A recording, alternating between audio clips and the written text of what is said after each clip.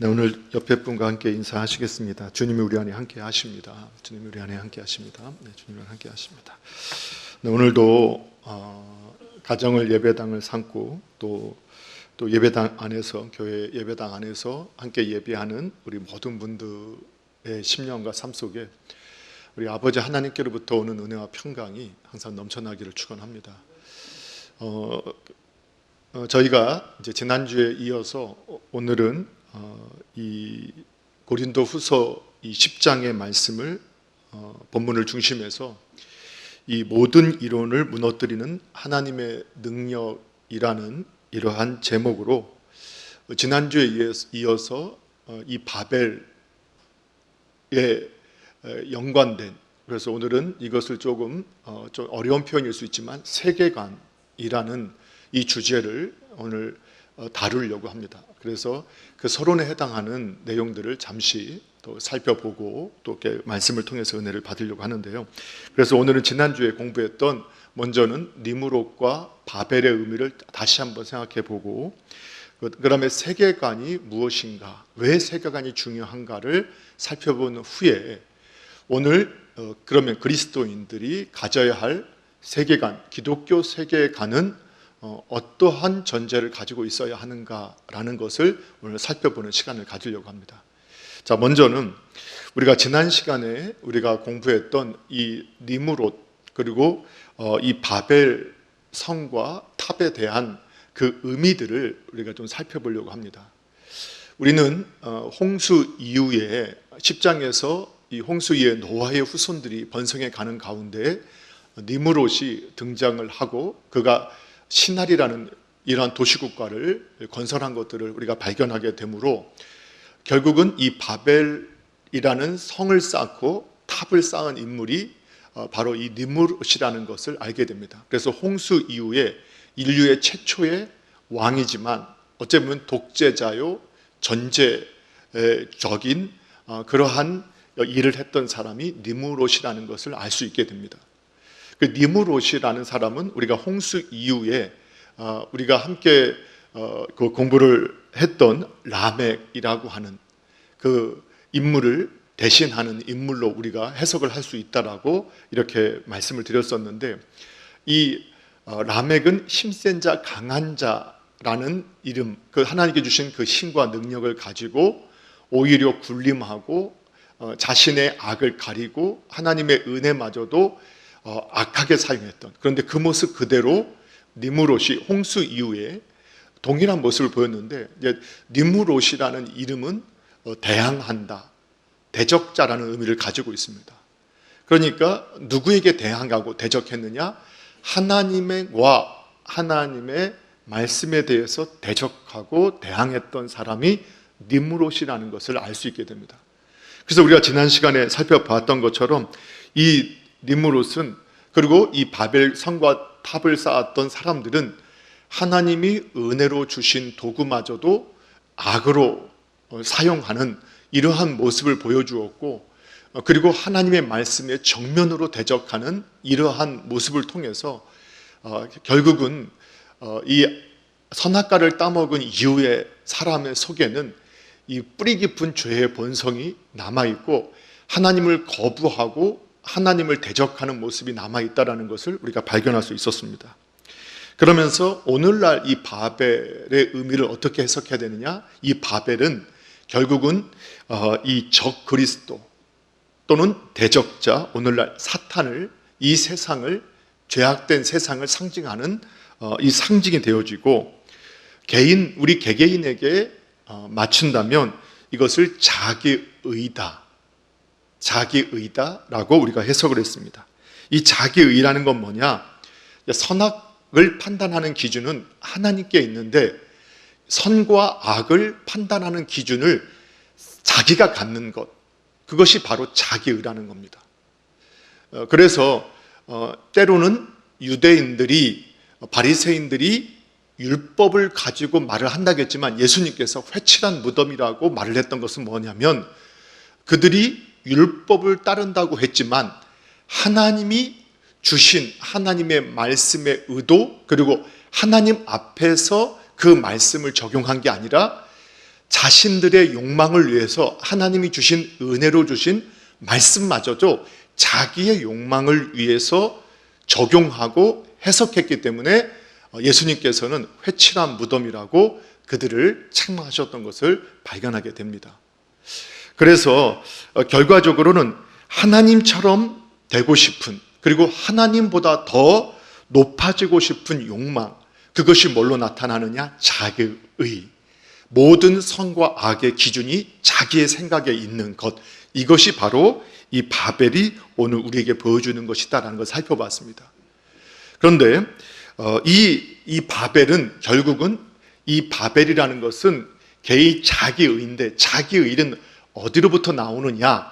그것이 바로 생각으로부터 나온다는 것을 지난주에도 살펴봤습니다. 그런데 오늘은 두 번째로 우리가 살펴볼 것은 월드뷰라고 하는 세계관에 대해서 우리가 살펴볼 겁니다.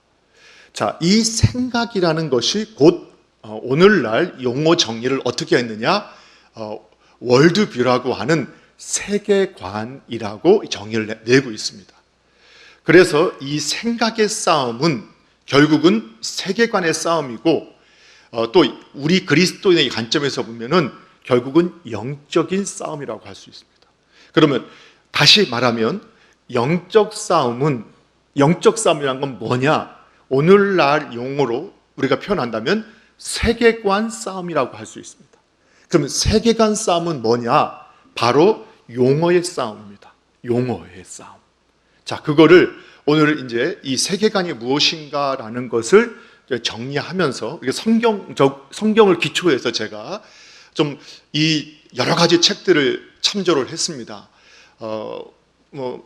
아무래도 가장 유명한 프란시스 셰퍼의 그리스도인은 어떻게 살 것인가, 그러면 그리스도는 어떻게 살 것인가, 또 충돌하는 세계관이라는 아주 두꺼운 책이 있습니다. 그리고 완전한 진리라는 이러한 책이나, 또 제가 80년대, 90년대 기독교 세계관에 대해서 정리를 하면서 80년대, 90년대 기독교 청년 이런 서클, CCC나 IBP가 그때 활동을 했던 분이라면 한 번쯤은, 열심히 있는 분이 한 번쯤은 읽어보셨을 제임스 사이어의 기독교 세계관과 현대 사상이라는 여러 책들, 그리고 최근에 이런 여러 다양한 책들이 아주 많이 나와 있는데, 이러한 기독교 세계관, 그리고 제가 이거를 어제 정리해놓고 나서 방송을 좀 이렇게 유튜브에서는 어떻게 좀 남아있나 봤더니 아주 유튜브에서도 좋은 기독교 세계관, 원래는 저도 이런 방송을 좀 계획을 하고 있어서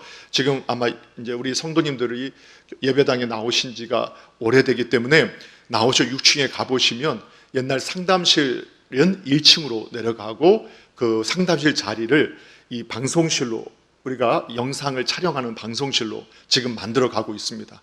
벌써 한 2주 정도 작업을 했는데 냄새가 이제 빠져서 이제 시설을 설치하면 아마 조금 더 다른 어떠한 계획들을 좀 실행할 수 있지 않을까 하는 생각이 듭니다. 그런데 이런 다양한 컨텐츠들이 이미 유튜브를 통해서 많이 나와 있고, 제가 들어보면서 제가 따로 할 필요 없겠구나 할 정도로 훌륭한 강의들이 있었습니다. 그 하나 정도 제가 또 잠시 후에 제가 소개를 좀 해드리도록 하겠습니다. 자, 그러면 이 세계관이라는 게 뭐냐? 오늘 본문에 보게 되면 사도 바울도 이 고린도 후서 10장에서 자기를 대적하고 또 자기를 공격하는 많은 사람들에 대해서, 그리고 그런 말에 선동을 당한 고린도 교회의 성도님들에게, 교회들에게, 고린도 지역에 있는 이 교회들에게 뭐라고 하냐면 자신의 사도권을 이렇게 변호하는 내용이 고린도후서 10장의 내용입니다. 그러면서 사도 바울이 그가 이렇게 고백을 하는데, 우리가 육신으로 우리가 살고 있고 행동을 하지만 육신을 따라서 싸우지 아니한다. 그러니까 육신의 싸움이 우리가 이 싸우는 것은 육신의 싸움이 아니다라는 거예요. 자, 그렇기 때문에 그리스도인들은 우리가 벌어지는 현상들을 보면서 자꾸 현상을 보면서 그거를 고치라고 이렇게 주목하게 되면 본질을 놓칠 수 있다는 거예요. 자, 그런데 사도 바울은 뭐라고 했느냐? 우리의 싸우는 무기는 육신에 속한 것이 아니다. 자, 우리의 그 싸우는 무기, 우리가 싸우는, 그래서 우리가 싸우는 것도 육신의 싸움이 아닌 영적인 싸움, 본질적인 싸움이고, 이 싸움에 필요한 무기는 육신에 속한 것들이 아니라는 거예요. 어떤 투쟁, 칼, 완력 이런 것들이 아니라는 거예요. 그러면서 오직 견고한 진도 무너뜨리는 하나님의 능력이다. 그러니까 이 세상의 이 대적자들, 그리고 이 세상의 상황, 보여지는 현상 뒤에 있는 영적인 이 문제, 이 세상의 본질적인 문제를 싸워서 그리스도인이 이길 수 있으려면 뭐가 필요하느냐? 하나님의 능력이 필요하다는 거예요. 하나님의 능력이 필요하다. 그런데 이 하나님의 능력이 어떤 역할을 하느냐? 모든 이론을 무너뜨린다. 자, 모든 이론을 무너뜨린다. 그러면 이 말씀 그대로 본다면 하나님을 대적하는 이 세상의 영적인 싸움은 어디로, 영적인 이 싸움이라고 하는 이 영의 싸움을 우리가 마귀하고 싸운다 이렇게도 표현할 수 있지만, 다른 한편으로 말하면 이론과의 싸움이라고도 말할 수 있다는 거예요. 모든 이론과의 싸움이다. 예. 이해가 되시나요? 자, 그러니까 성경이 지금 그렇게 정리를 해주는 거란 말이에요. 그러니까 마귀가 어떻게 이 세상에서 하나님께 대적하고 하나님 나라를 대적하고 하나님의 교회를 대적하느냐? 예, 마귀가 눈에 보이게 나타나서 무섭지 이렇게 하는 게 아니라, 마귀는 이 세상 가운데 모든 이론을 가지고 이 교회를 공격하고 하나님을 대적하고 이 하나님 나라를 대적한다라고 오늘 성경이 그렇게 말씀을 하고 있단 말이에요. 자, 그러면서 그러면 이 모든 이론을 무너뜨리는데, 이 모든 이론이 뭐냐? 5절에서 뭐라고 말씀하냐면 하나님 아는 것을 대적하는 것이다. 그러니까 이 세상의 모든 이론이 다양한 이론이 있는 것처럼 보이지만 궁극적으로는 뭐냐? 하나님 아는 것을 대적하게 한다는 거예요. 그러니까 하나님을 바로 알지 못하게 하는 것이라는 거예요. 예, 여러분, 이것을 성경이 우리에게 말하는 거예요. 그리고 모든 생각이라고 해요. 모든 생각. 자, 그래서 언어를 보니까 이 모든 이론이라는 로기스모스라고 하는 이 단어의 의미가 어디서 나오느냐? 어떤 의미가 있느냐? 이기적인, 자기의 이익만을 추구하는 인간의 이론이다. 이렇게 이 단어를 해석해요. 그러니까 이 원어의 의미를 보면 모든 이론은 인간의 이기적인 이론이에요. 이론. 그리고 자기를 합리화하는 이론이에요. 그러니까 세상의 모든 이론은 아담이 죄를 짓고 나서, 하와가 죄를 짓고 나서 합리화하고 변명하고 핑계댔던 것처럼 자기 자신을 합리화하고, 그리고 그 자기를 변호하는, 핑계대는 이러한 인간의 이론이다. 그래서 이 이론을 뒤에서 뭐라냐면 모든 생각이다, 이렇게 이야기를 하고 있어요. 그러면 이 세계관이라는 건 뭐냐? 그 말 그대로 그냥 세상을 바라보는 관점이라는 뜻이에요. 세계관이라는 단어 자체는 어떤 의미냐? 그냥 세상을 바라보는 눈, 세상을 바라보는 관점이라는 거예요. 근데 우리가 자꾸 이런 단어를 만들어 놓으면 이 단어가 너무 어렵게 다가와서 나는 그런 거 잘 몰라 이렇게 되는데, 그냥 세상에서 어떤 문제를 만났을 때 그것을 해석하는 내 생각이 바로 세계관이라는 거예요. 다시 정리를 내려볼까요?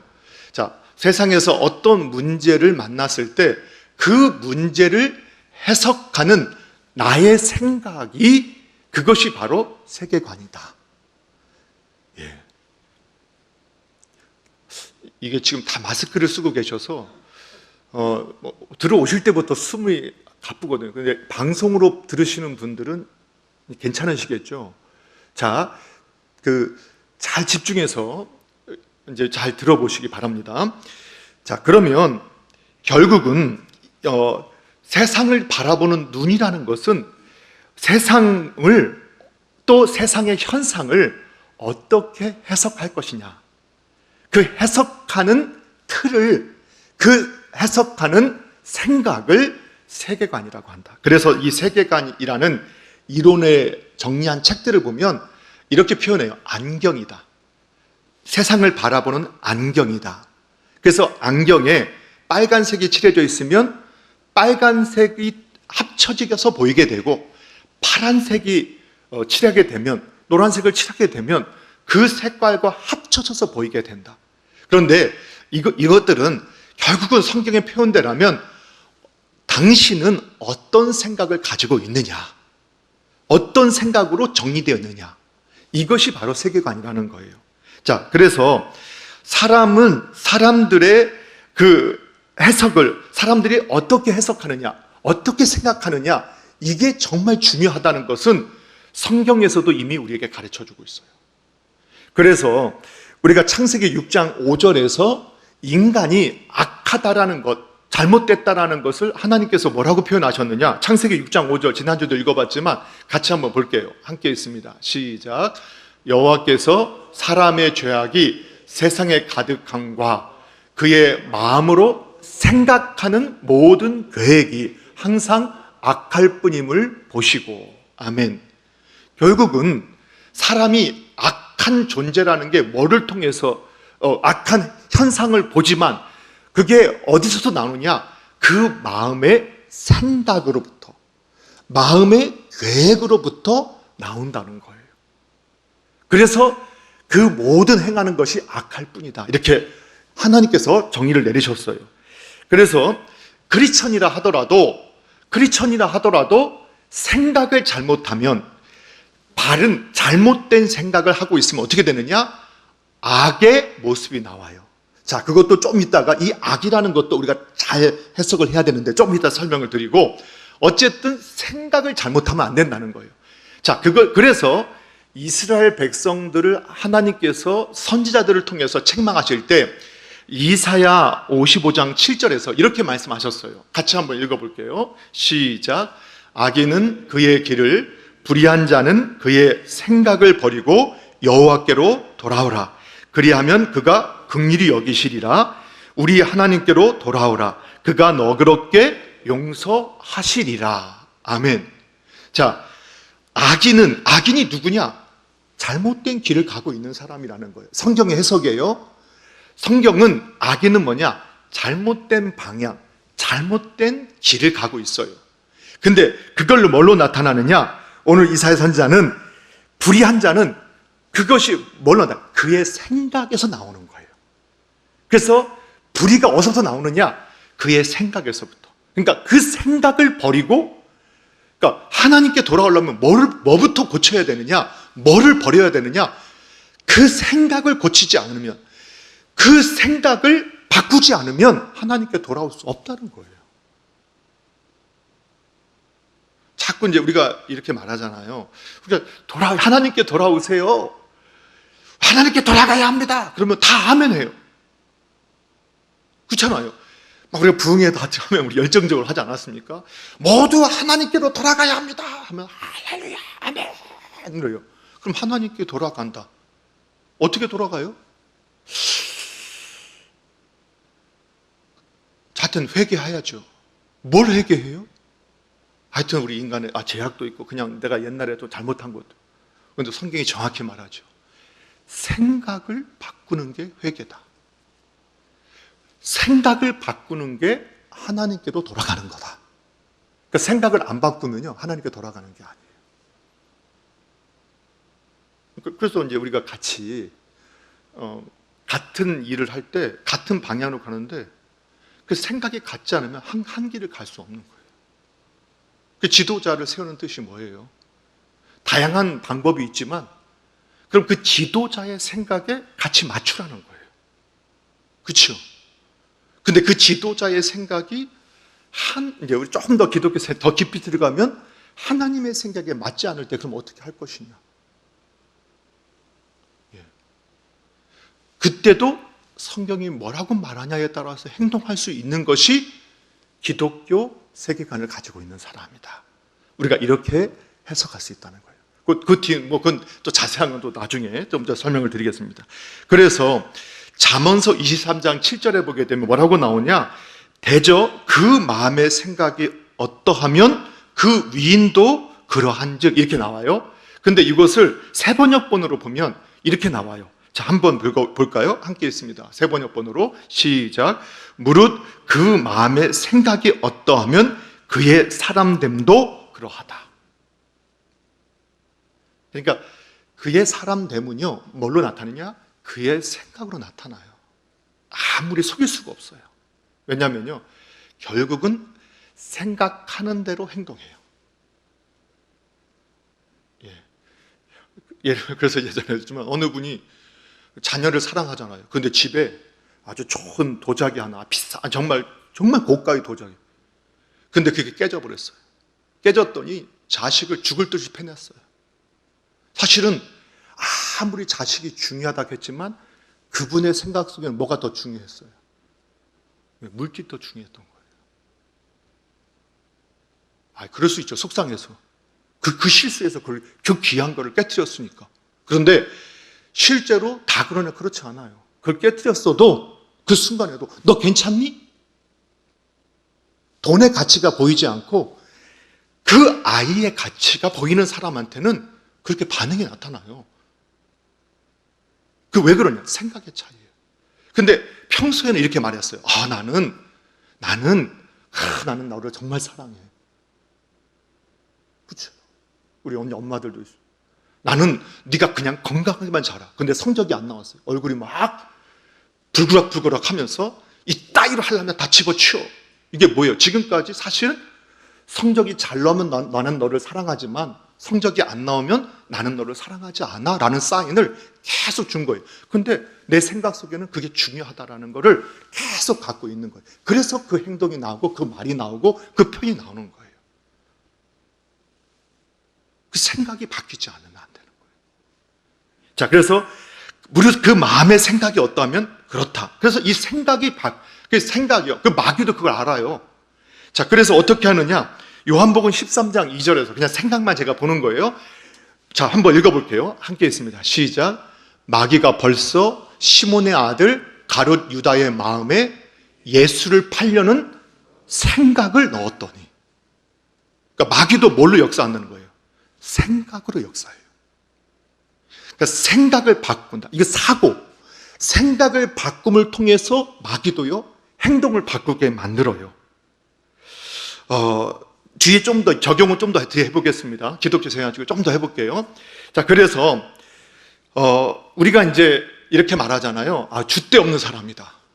뭐 이렇게 표현할 다 그런 건 아닐 수 있겠지만 또 이 사람 생각 없이 산다. 이 생각 없이 산다는 게 어떤 표현이에요?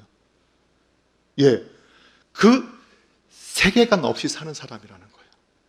어떤 사고가 분명하지 않은 사람을, 그 생각을 정확하게 가지고 있지 않는 사람을 그냥 생각 없이 산다라고 하잖아요. 예를 들면요, 이제 저희 아이들한테 너 피자 먹을래? 치킨 먹을래? 제가 이제 군에 가 있는 아들들이 자꾸 이 코비드19 때문에 그때도 잠깐 휴가가 계속 연기다가 뭐 면회도 안 돼요. 아마 제 생각에는 저는 우리 자녀들 군에 있을 동안 한 번도 면회 못 가고 끝날 것 같아요. 면회 한 번 못 간 아빠 엄마가 될 것 같은 이 생각을 하고 있거든요. 근데 미루다가 잠깐 안정될 때 휴가를 그것도 따로따로 나왔었어요. 근데 그때 교회도 가지 말라고 부대에서 얼마나 그러던지 조심하라고 해서 아무도 안 보이게 그냥 없는 시간에 와서 잠깐 예배 드리고 그냥 가버렸어요. 조심하라고 하니까 어떡하겠어요. 인사도 못하고 그냥 누구한테도, 가까운 친구들한테만 인사하고 그냥 가버렸어요. 근데 이제 요즘 통화가 돼서 물어봤어요. 다음에 휴가 언제냐. 또 원래는 조금 이따 온다겠다가 또 이번에서 더 미뤄졌거든요. 아마 10월 달쯤 돼야 또 나올 것 같아요. 그런데 제가 물어봤어요. 치킨을 먹고 싶니? 피자를 먹고 싶니? 근데 자기 생각이 없을 때는 뭐라고 대충 말하냐면 아무거나요. 다 좋아요. 근데 참 이번에 이게 물어봤어요. 치킨 먹고 싶니? 족발 먹고 싶니? 아니, 피자 먹고 싶니? 했더니 족발이요. 이렇게 말하는 거예요. 그러니까 자기 생각이 딱 있으니까. 이게 그냥 예를 든 것 같지만 사람들이 너 어떻게 할래? 라고 할 때 생각이 분명히 정리된 사람은 그렇게 해요. 그리고 그렇게 사고하고 행동해요. 누가 뭐라고 해도. 그리고 흔들리지 않아요. 그런데 이렇게 사고가 정리되지 않은 사람들은 어떻게 되느냐? 누가 말하면 따라가는 거예요. 어디도 괜찮아. 야, 우리 부산 갈까? 목포 갈까? 아무 데나. 생각이 없는 사람은 그냥 누가 가자는 대로 따라가는 거예요. 그게 목포가 됐든 부산이 됐든 상관이 없는 거예요. 그래서 이제 요 세계관을 좀 깊이 나가자면 사람이 선동당하기 쉬운 사람이 누구냐? 생각 없이 사는 사람. 생각 없이 살면 선동당하는 거예요. 거기에 대한 기준이 없으니까 남들이 말하면 같이 그냥 막 외치는 게 그게 무리 속에 속하면서 안정감을 갖는 거거든요. 물론 그것도 세계관이라 본다면 그 세계관일 수 있겠지만요. 자, 우리가 여기까지 함께 봤죠. 자, 그러면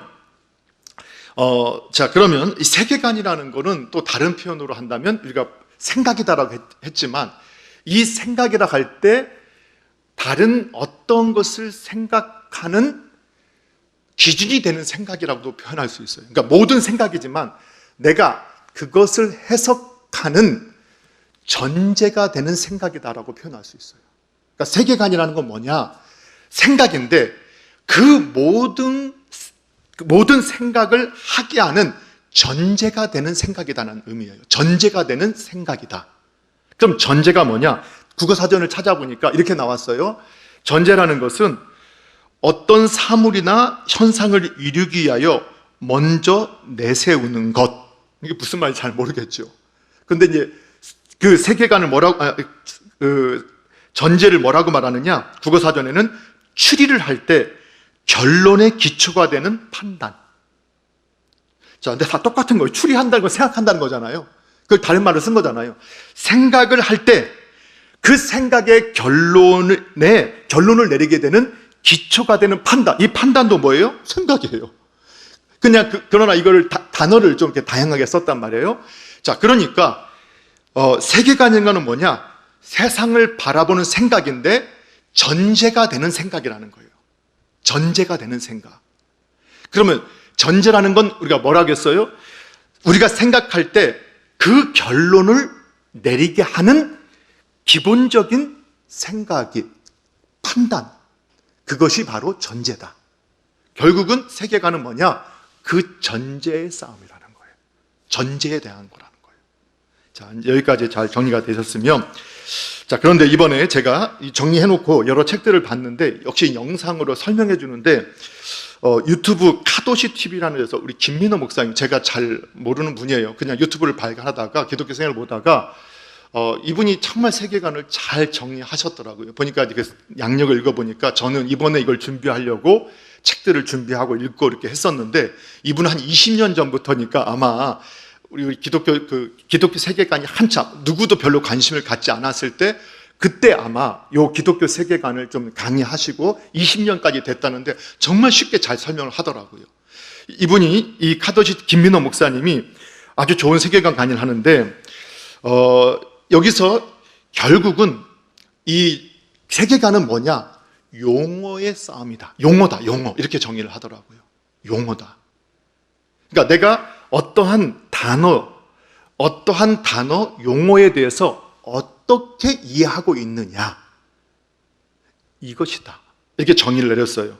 그래서 우리가 용어를 바로 이해하지 못하면 바른 가치관을 가질 수 없다. 세계관을 가질 수 없다. 이렇게 표현을 하는데 사람을 설득할 때, 이분이 표현해요. 사람을 설득할 때 자꾸 실수하는 것이 뭐냐? 드러나는 현상을 가지고 그거를 지적하고 그것이 문제라고 설득하게 되니까 싸우게 된다는 거예요. 그러면 왜 어떻게 해야 되느냐? 설득하기 전에 우리가 이해해야 한다. 그러니까 서로 이해해야 되잖아요. 그런데 부모님이 자녀하고 말을 하다 보면 안 맞아요. 그러니까 부모님들이 우리가 그래, 내가 너를 이해해야지. 근데 이해한다는 게 하는 게 뭐냐? 그냥 내가 너한테 맞춰줄게. 이게 이해가 아니라는 거죠. 아주 좋은 적용이었어요. 그러니까 이해한다는 게 뭐냐? 알아서 내가 너한테 맞춰줄게.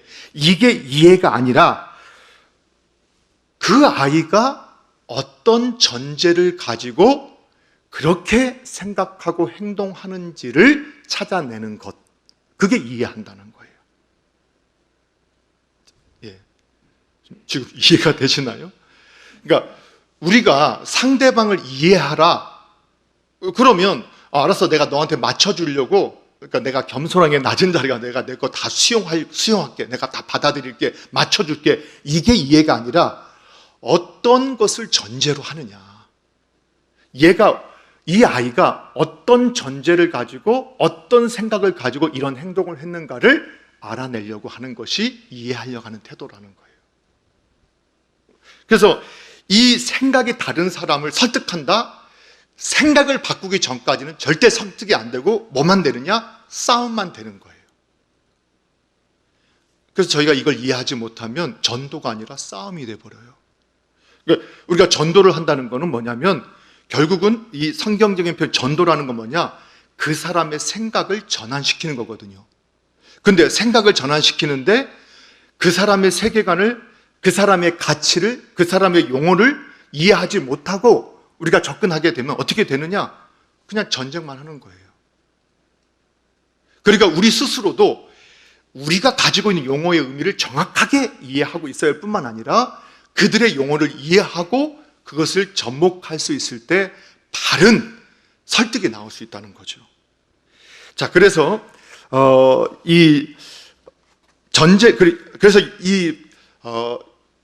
김민호 목사님이 아주 좋은 정의를 내렸던 것은 그 용어를 바꾸는 것이, 용어의 의미를 바로 설명하고 그 용어의 의미를 바로 찾고 바로 설명하는 게 정말 중요하다라고 이렇게 표현을 하면서 결국은 전제를 바꾼다는, 그 사람의 생각을 바꾼다는 것은 전제를 바꾸는 것이고, 이건 제가 정리한 겁니다.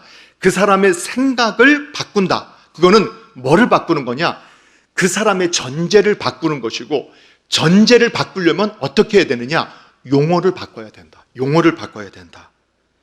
자, 그러면 한 가지 같지만 예를 들면 한 사람의 단어, 그가 가지고 있는 용어 하나가 바뀌게 되면 이 인간의 뇌 구조는 그 전체를 체계화하려는 경향이 있어서요, 하나의 의미가 바뀌면 그 의미와 충돌되는 다른 용어들도 거기에 맞게 변화시키려고 하는 작동을 한다는 거예요. 하나님께서 우리 뇌를 그렇게 만들어 놓으신 거예요. 자, 그러면 제가 요즘에 제가 자주 쓰는 게 있죠. 최근에 올해 들어서 하나님께 주신 마음을 가지고 저도 이 용어가 참 중요하다, 단어가 중요하다라고 생각을 해서 제가 성도님들한테 글을 쓰거나 아니면 이 설교 시간에도 계속해서 반복하는 말이 교회로 부름받은 우리 남서울중앙교회당에 교회로 부름받은 성도 여러분이라는 단어를 글로도 자주 쓰고 제가 단어로도 계속 말로도 자주 하고 있어요. 그게 뭐냐? 저도 계속해서 기도하면서 우리 성도님들이 그렇게 오랫동안 교회를 다니시고 하나님 말씀을 들으시고 읽으셨다고 했는데 왜 바뀌지 않을까? 그런데 생각이 바뀌지 않았다. 근데 생각이 바뀌지 않았다는 게 뭐냐? 결국은 단어가 바뀌지 않기 때문이다. 근데 이분은 이걸 용어, 쓰고 있는 말이 바뀌어야 사고도 생각도 바뀌게 된다. 그런데 이미 우리 선조들은, 우리 믿음의 선조들은 이미 좋은 언어를 쓰고 있었어요. 예를 들면 지금처럼 지역 교회를 부를 때는 반드시 남서울중앙교회당, 왜? 교회는 누구냐? 저와 여러분, 하나님의 예수 그리스도의 보혈의 은혜로 죄사함을 받고 하나님의 백성으로 부름받은 저와 여러분 한 사람 한 사람이 교회라는 거예요. 그러면 이 건물은 뭐냐? 그 교회가 모이는 집이다라는 의미로 교회당이라고 썼어요. 그리고 오늘 우리가 모인 이 장소는 뭐냐? 제가 지금 설교하고 있는 이 장소는 어떤 장소냐? 예배당, 예배하는 집이라는 뜻이에요. 그러니까 오히려 우리 믿음의 선조들이 그 언어를 바로 사용함을 통해서 성도님들한테 교회가 무엇인지, 건물이 무엇인지, 왜 필요한지에 대해서 정말 더 이해하기 쉽게 가르쳤던 거예요. 그런데 어느 순간부터 그냥 우리는 남서울중앙교회라고 우리 건물을 부르기 시작했고, 그러다 보니까 어떤 일이 벌어지느냐? 자, 어느 교회 다니세요? 남서울중앙교회 다녀요. 이렇게 얘기하잖아요. 그러면 우리는 교회 하면 뭐가 생각나죠? 개포동 5번, 6번 출구에 있는 건물이 생각나요. 그건 이미 우리의 의식 속에서 교회가 사람이 아니라 건물이라는 이 단어, 말 속에서 교회는 건물이구나 라는 인식을 하게 만들었다는 거예요. 그래서 제가 지난 아마 작년 가을인가 교회론에 대해서 특별 새벽 기도회에서 교회론에 대해서 설교를 하고 나서 그 이후부터 뭐부터 바꿔야 되느냐? 말부터 바꾸지 않으면 안 되겠다. 그 강당 용어부터. 그래서 제가 계속해서 반복해서, 그러면 사실 오늘 우리 성도님들은 어떻게 되느냐? 제가 이제 깨닫고, 담임 목회자가 깨닫고 그 표현을 쓰면 여러분은 그 표현을 같이 써주셔야 되는 거예요. 같이 써주셔야 돼요. 그래야 의식이, 생각이 바뀐다는 거예요. 말이 안 바뀌면요, 그 용어가 안 바뀌면 생각이 바뀌지 않는다는 거예요. 용어를 바꾸는 거예요. 자, 그래서 마귀도, 마귀도 누구에게?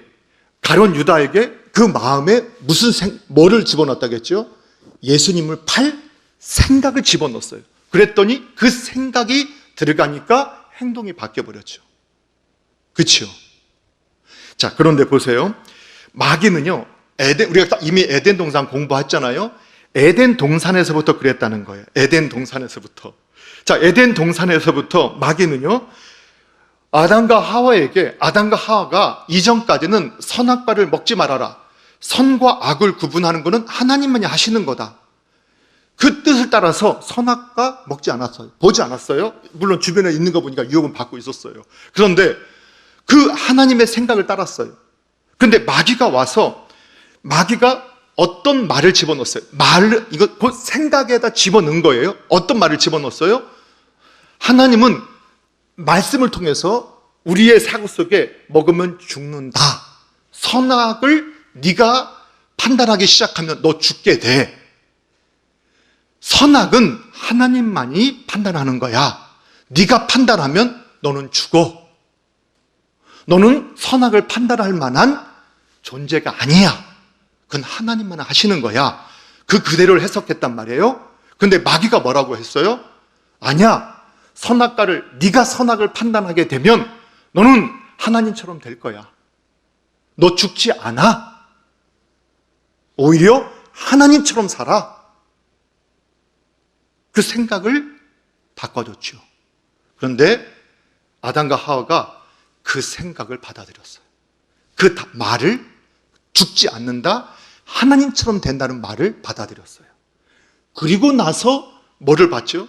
선악과를 보니까 우리가 잘 알고 있는 것처럼 보암직하고 먹음직하고 지혜롭게 할 만큼 탐스럽게 보였던 거예요. 마귀도 똑같이 생각에 말을 집어넣는데 그 용어를 어떻게 했어요? 하나님이 쓰셨던 말을 바꿔서, 그 말을. 그런데 다 바꾸지 않아요. 원래 거짓 사기를 치는 사람은 99% 맞는 말을 하고 1% 사기를 친대요. 그러니까 사람이 다 속아 넘어가는 거예요. 마귀도 마찬가지예요. 그래서 단어 하나를 바꾸면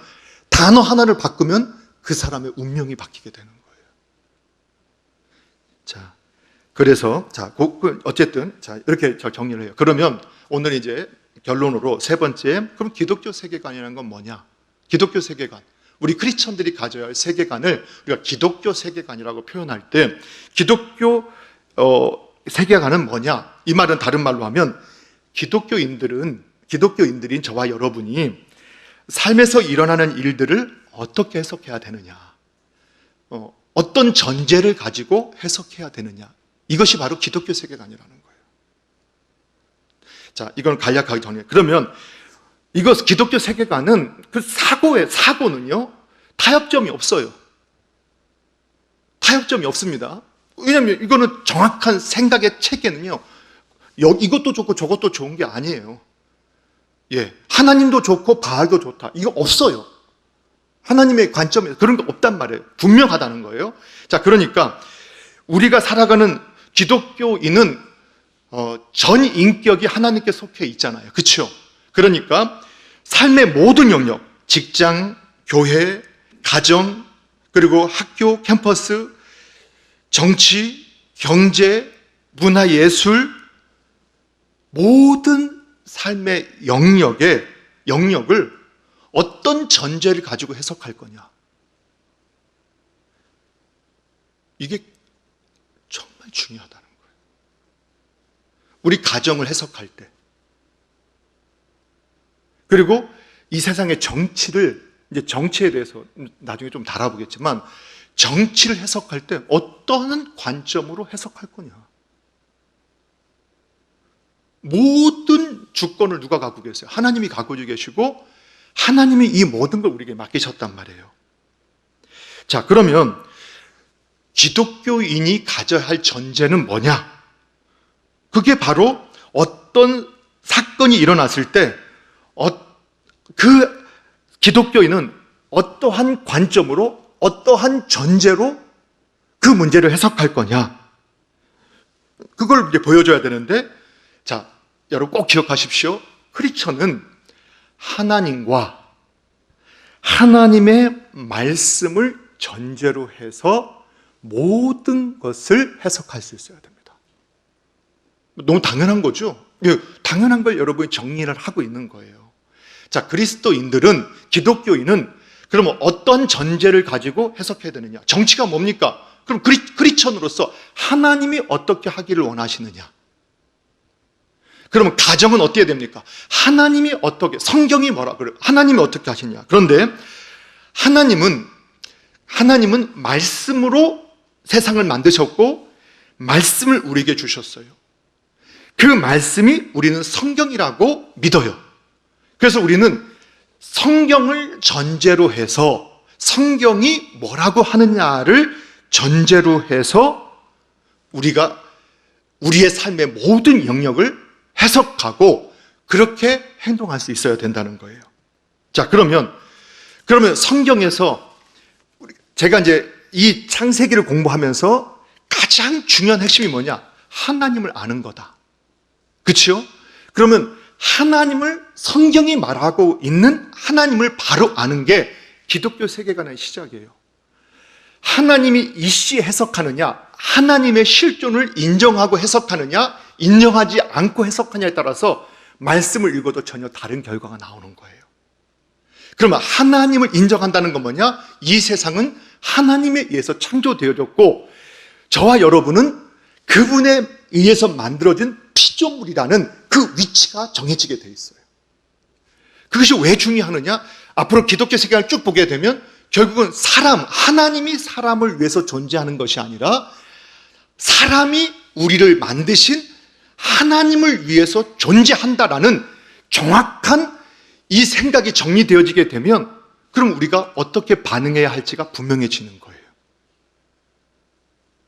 이해가 되시죠? 사람들이 말하는 게 우리의 회개의 기준이 돼서는 안 돼요. 요즘에 코비드를 보면서 사람들이 회개하자 그래요. 근데 그게 이 세상의 여론으로 회개하자는 것 같아요. 저도 그렇거든요. 회개합시다. 뭐를 회개해요?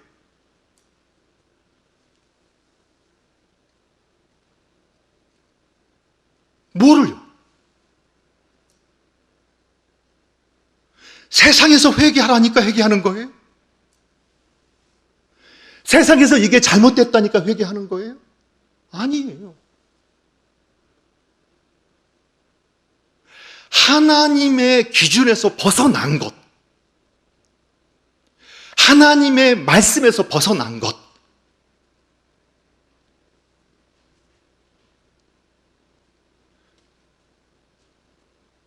한 목사님이 저한테 그분의 어쨌든 카톡을 보내셨는데 그 글을 읽다가 제가 좀 속상했어요. 그게 바로 세계관이 정리가 안 되면, 그 말대로 하면요, 예레미야 같은 사람은요, 그 당시에 오늘날로 말하면 친일파예요. 오늘날로 말하면 친일파예요. 모든 왕부터 시작해서 모든 국민들이 바벨론하고 싸워야 된다. 그때 바벨론은 항복하는 것이 하나님의 뜻이다. 오늘날 기준으로 보면 다니엘은요, 친일파예요. 그렇지 않습니까? 세계의 제국에서 3년간 얼마나 이 사람이 이 세상의 관점으로 보면요, 얼마나 아부를 잘하고 얼마나 기회주의자인지 세계의 제국이 바뀔 때 거기서 총리를 다 했다니까요. 지금 이해가 되시나요? 우리가 무엇으로 회개하느냐? 개인적인 회개와 또 하나님의 나라의 다스림이 지금 안 되고 있는 이 세상의 악에 대해서 그것을 우리가 품고 어떻게 회개할 것이냐, 이게 분명해야 되는데 세상이 교회를 비난하니까 회개해야 된다. 그런 말이 어디 있어요?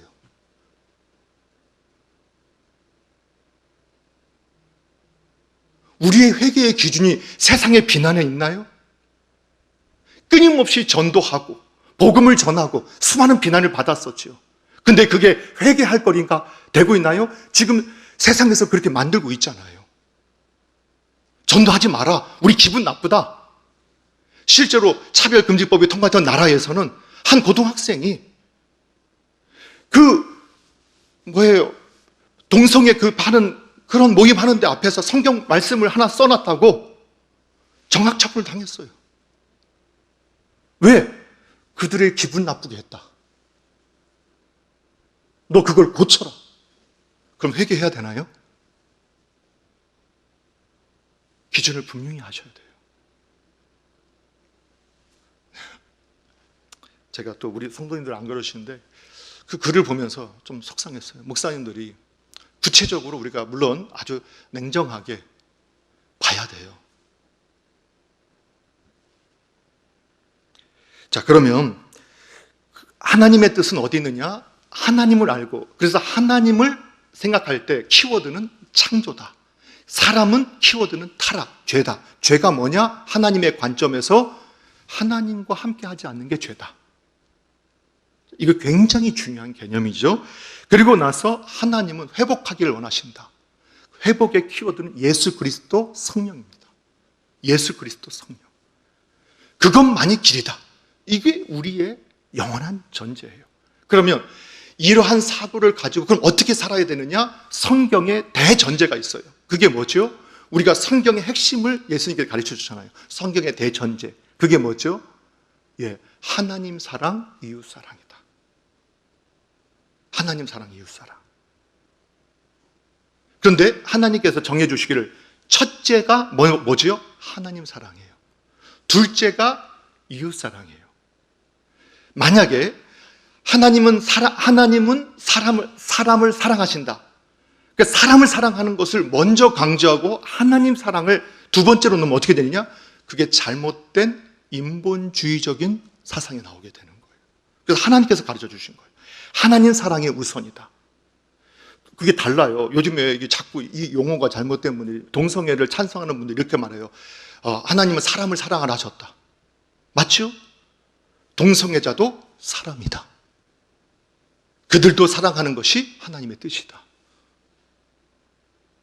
사람들이 혼동해요. 맞죠? 하나님 사랑이신데, 하나님은 사람을 사랑하시는데, 죄인도 사랑하시는데, 동성애자도 죄인인 사람이잖아. 그들 사랑하죠. 그러니까 그렇게 거기까지만 혼동해요. 그런데 하나님은 사랑이시죠. 그런데 하나님 안에서 사랑해야 돼요. 자, 그러면 제가 앞서서 교회에 대해서 말했죠. 교회에 대한 생각의 단어, 용어가 바뀌지 않으면 행동도 바뀌지 않고 생각도 바뀌지 않아요. 그러면 우리가 제가 또 최근에 또 많이 우리가 언급했던 언어가 뭐냐? 하나님은 선하신 분이시고 우리가 선하게 살기를 원하신다. 이때 선하다는 게 뭐냐? 이 세상의 도덕과 윤리가 아니다. 그럼 하나님이 선하다는 거 뭐냐? 성경이 말하는 선과 악은 누가 결정하시느냐? 하나님이 결정하세요. 성은, 그래서 예를 들면 성에 대해서 아까 동성애 나 잠깐 언급하면 성은 누가 만드셨어요? 하나님이 만드셨지요? 그러니까 성은 선한 아름다운 것인가요? 아름답지 않은 것인가요? 예, 하나님이 만드셨으니까 성은 아름다운 것이에요.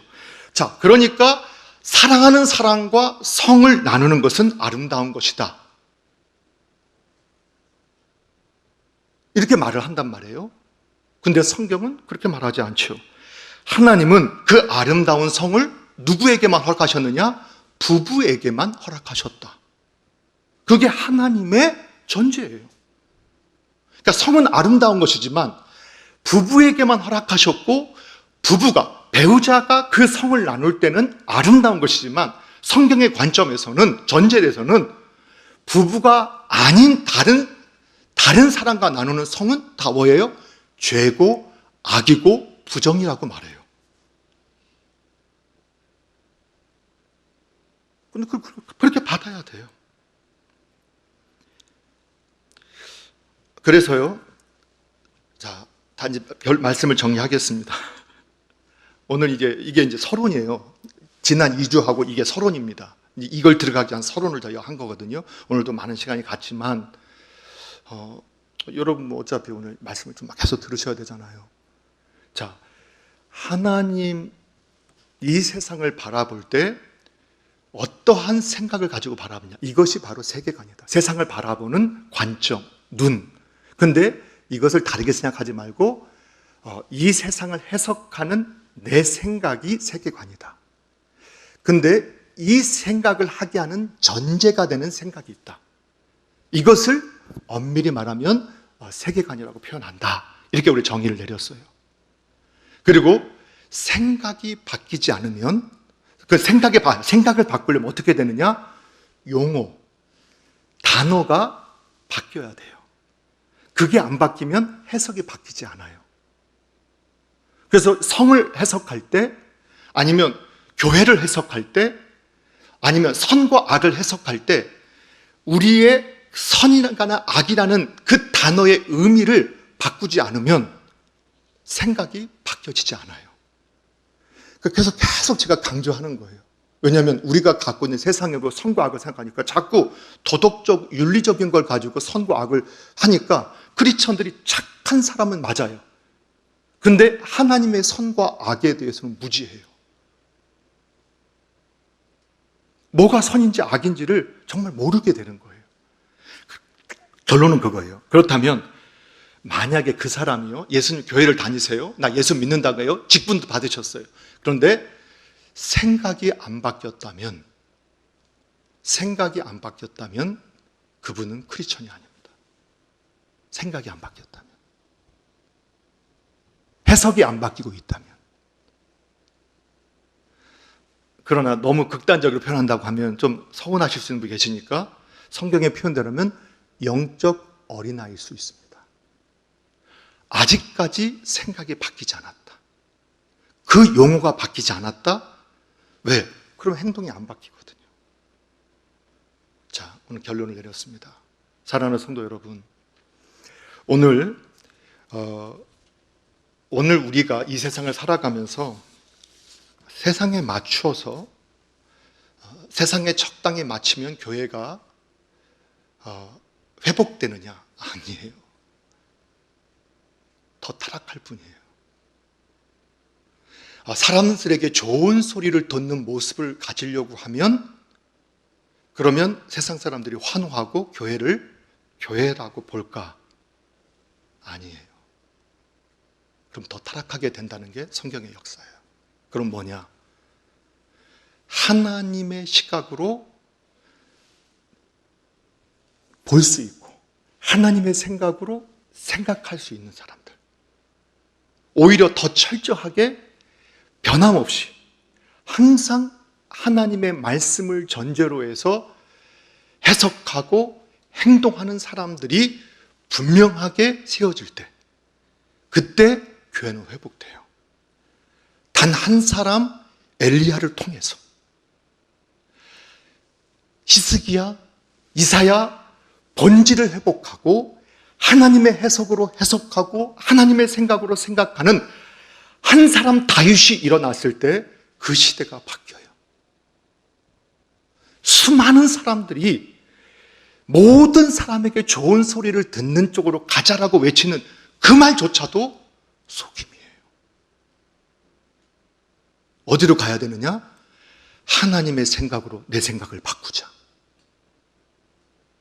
내 생각이 바뀌지 않았다면 나는 크리스천이 아닐 수 있고 영적 어린아이일 수 있다.